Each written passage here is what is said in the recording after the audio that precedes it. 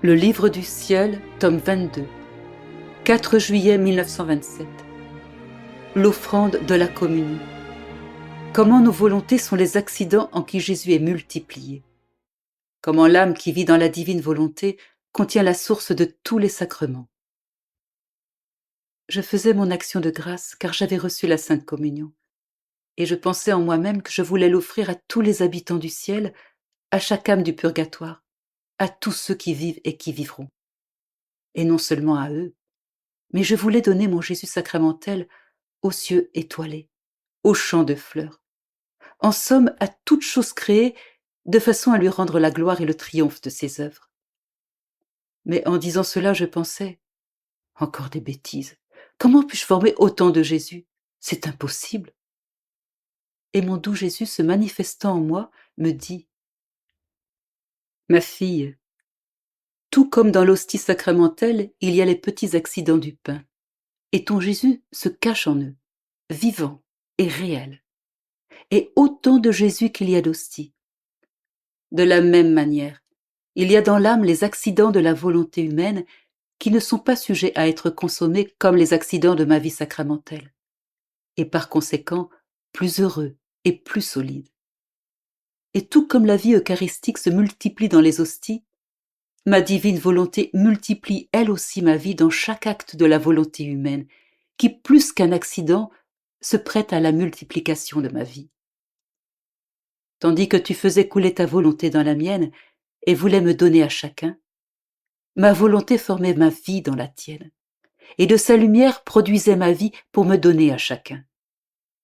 Et, oh, comme j'étais heureux de sentir que la petite fille de ma volonté formait un si grand nombre de mes vies dans les accidents de sa volonté, pour me donner non seulement aux créatures animées, mais à toutes les choses créées par moi. Ainsi, en multipliant ma vie, je me sentais devenir roi de tout, roi du soleil et de la mer, roi des fleurs, des étoiles et des cieux, en somme, de toutes choses. Ma fille, l'âme qui vit dans ma volonté possède en elle la source des sacrements et peut me multiplier autant qu'elle veut et de toutes les manières qu'elle veut. Après quoi, comme j'avais des doutes concernant la dernière phrase que j'avais écrite, mon Jésus ajouta, ma fille, les sacrements sont sortis de ma volonté comme de nombreuses petites fontaines. C'est de ma volonté que je les ai fait sortir, conservant en elles la source d'où ces fontaines reçoivent continuellement les biens et les fruits que contient chacune d'elles. Mais les sacrements agissent selon les dispositions de ceux qui les reçoivent. Aussi, en raison d'un manque de disposition de la part des créatures, les fontaines des sacrements ne produisent pas les grands biens qu'elles contiennent. Elles déversent souvent leurs eaux, mais les créatures ne sont pas lavées.